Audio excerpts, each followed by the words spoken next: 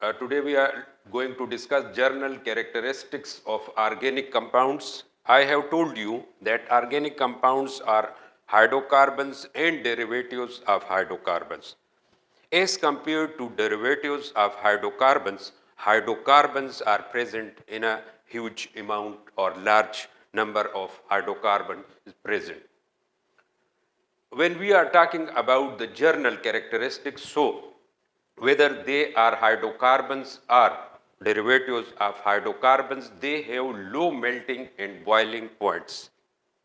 When we say low melting point and boiling point, so it is in comparison with two inorganic compounds. We will keep it in mind that organic compounds, if we are having an organic compound in solid state, for example, this is wax. This is a mixture of different hydrocarbons, but wax is in solid state. We make candles from them specially. This is called paraffin wax hydrocarbon. So it is a mixture, and look at its melting point. It starts melting from 47 degrees centigrade to 65 degrees centigrade.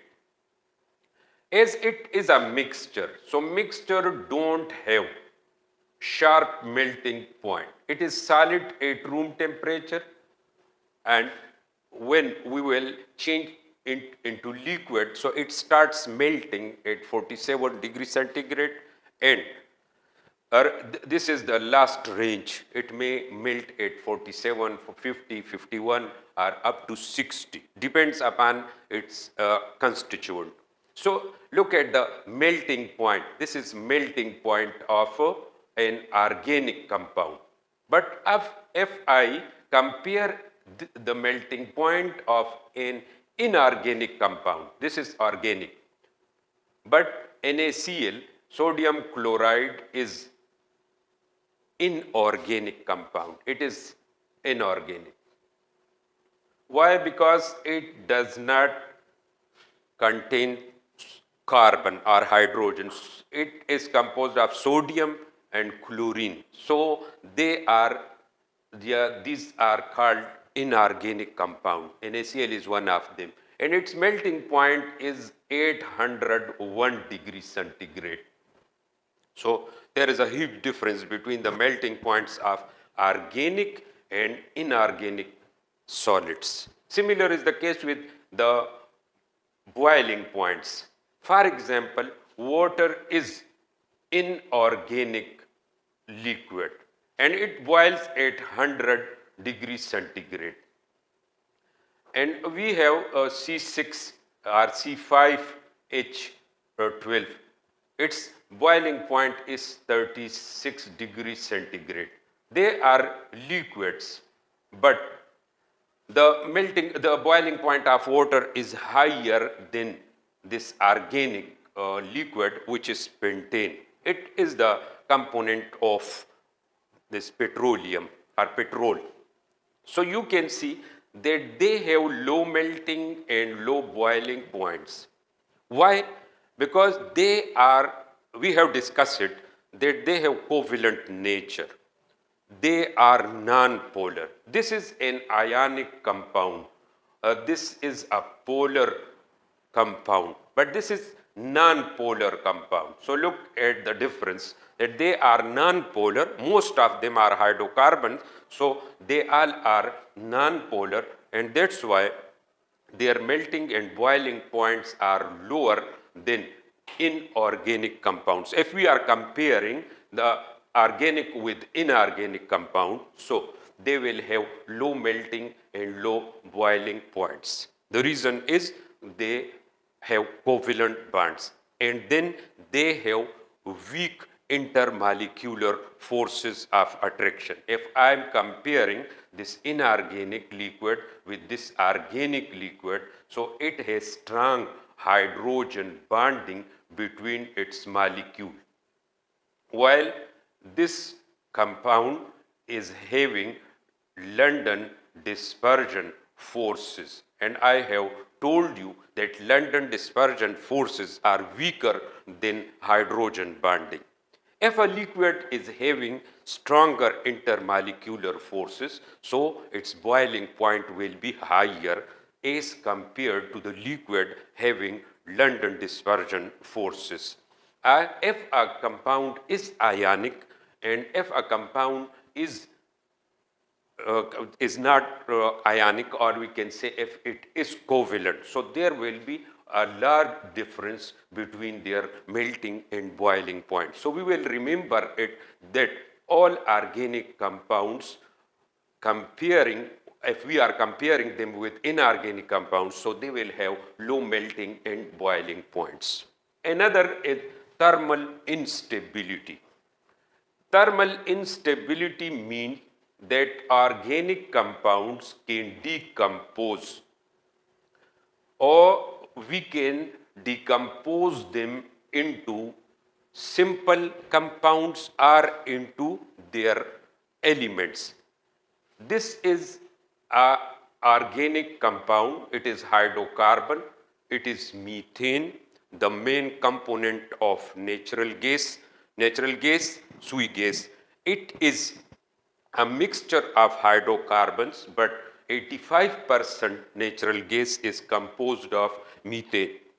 This is organic compound, and when the temperature is increased to 700 degrees centigrade, it breaks into carbon and hydrogen. So if a compound breaks into its element on heating, this compound is known as thermally unstable, or this is instability. It will break, it will decompose, and it depends upon the nature of the bond. The bonds are weaker as compared to inorganic compounds. This is water, H2O. It is inorganic. It is not a carbon containing compound, so it is inorganic, and even if you will heat it up to 20,000 degrees centigrade, only 1% of water will break into hydrogen and oxygen gas. Only 1%. This compound has decomposed 100% into carbon and hydrogen. But water will decompose only 1%. 99% water will remain water, and only 1% will decompose. And look at the temperature, it is 2000 degrees centigrade. Here it is 700. So we can say that they are thermally unstable, mean when they are heated. When at high temperature, they don't withstand and they cannot save their bondings. So they'll decompose. So they are called thermal unstable compounds as compared to inorganic compounds. Suppose we are having NaCl, it won't decompose into its component like this temperature. If we will provide higher temperature, even then they can withstand and their bonds will not break. So thermal instability is their problem, and it is due to their weak bonding as compared to inorganic compound. The next general characteristic of organic compound is organic compounds. They are inflammable. Inflammable means they can catch fire, they can burn, they are combustible, they catch fire, and when they burn, so they combine with oxygen of the air or of the environment, and they convert into carbon dioxide. If oxygen is present in excess amount of oxygen, they chemically combine with oxygen and produce carbon dioxide and water vapors. Oxygen when combined with carbon, so will form carbon dioxide, excess amount of oxygen. and oxygen will combine with hydrogen and will form water vapors. Along with carbon dioxide and water vapors, they produce, when they are burned, they produce heat and light. So we can use them, organic compounds, for these purposes, for heating purposes and for lighting. They produce large amount of heat and light. They are used as fuels. We are using coal, we are using this natural gas, petrol, diesel, kerosene. We use them as fuel because they are inflammable. Again, as they are volatile, they have low melting and boiling point, so they are volatile.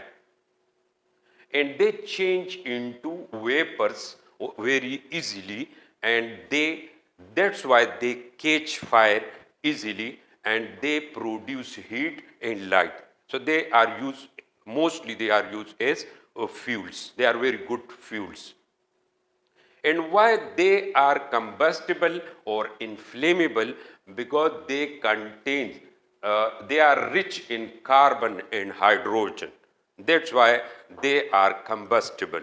Carbon, hydrogen, even in compound state, they catch fire easily, so therefore they are used as fuel. On the other hand, you can see water doesn't burn.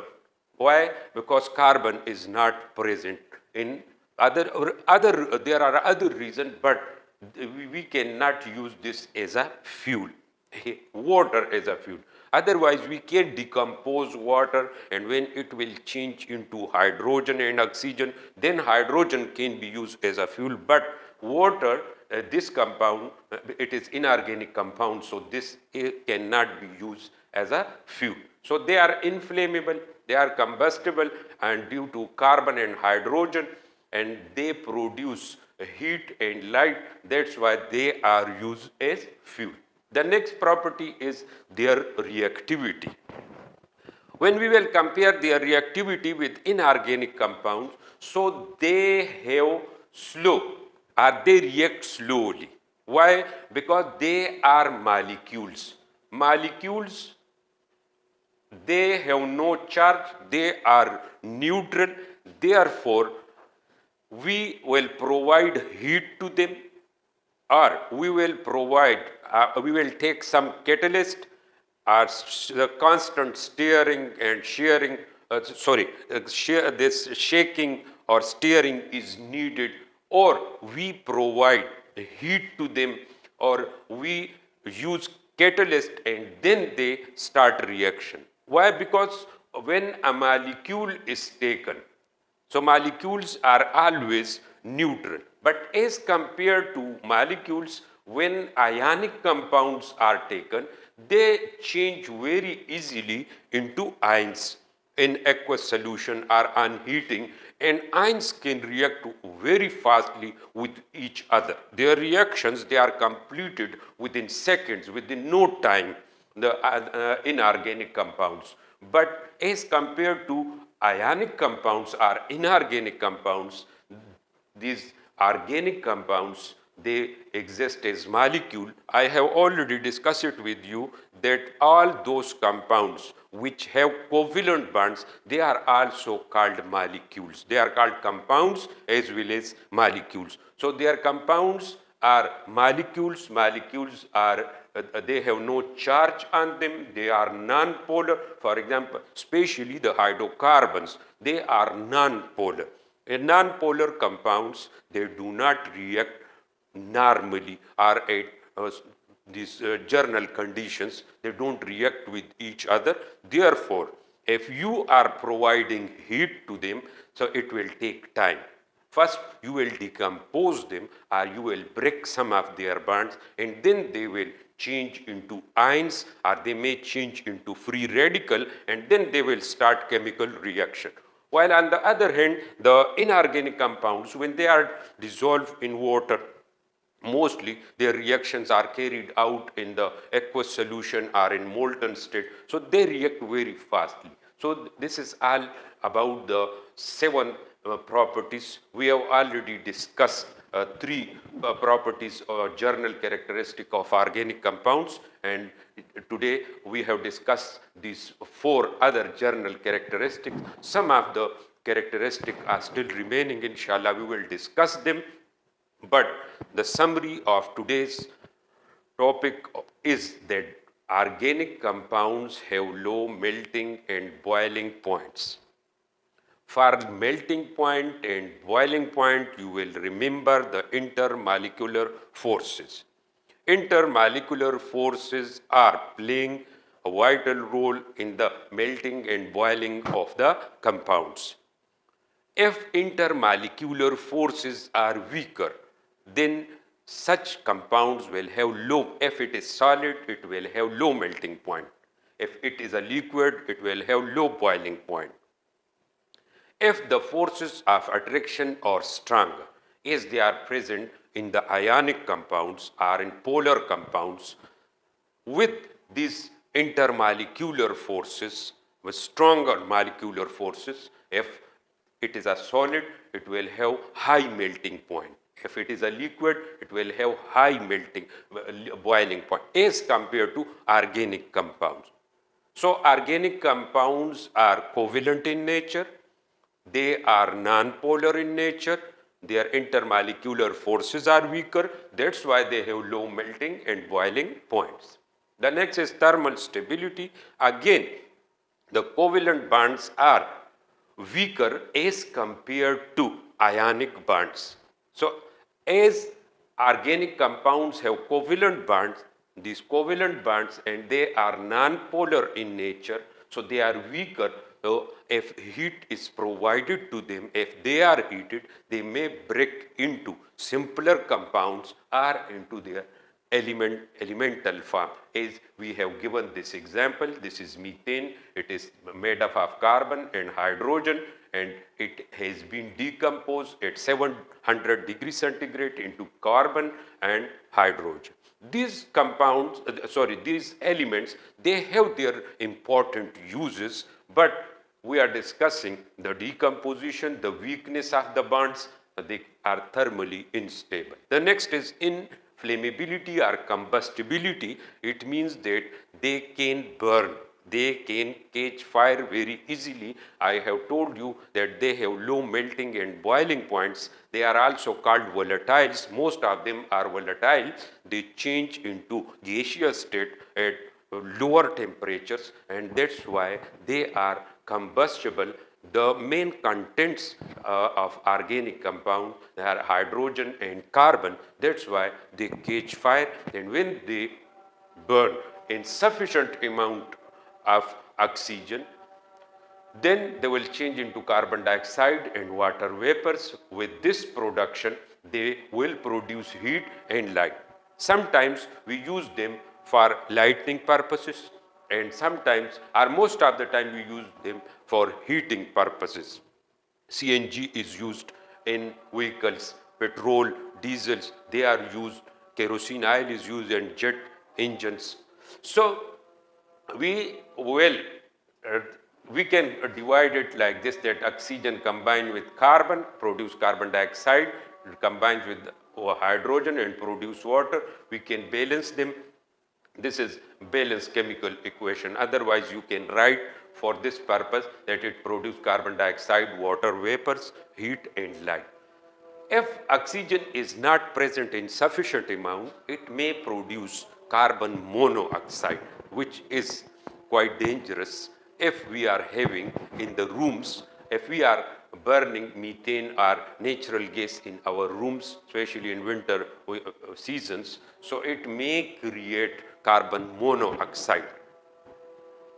When oxygen is in sufficient amounts, it's okay, but limited supply of oxygen will form carbon monoxide, which may, which can, it is the cause of unconsciousness and then death. If oxygen is further reduced, it may change only into carbon and water vapors with smoke. A lot of smoke is produced. So actually we are interested in this property that all organic compounds may burn and they can produce carbon dioxide, water vapor, heat and light. The last is reactivity. So they are less reactive as compared to inorganic compound.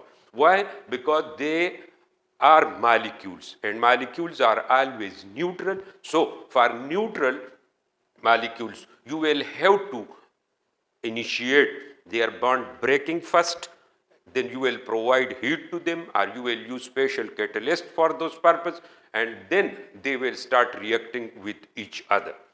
On the other hand, these ionic compounds are inorganic compounds, they react very fastly as compared to organic compounds. Thank you very much.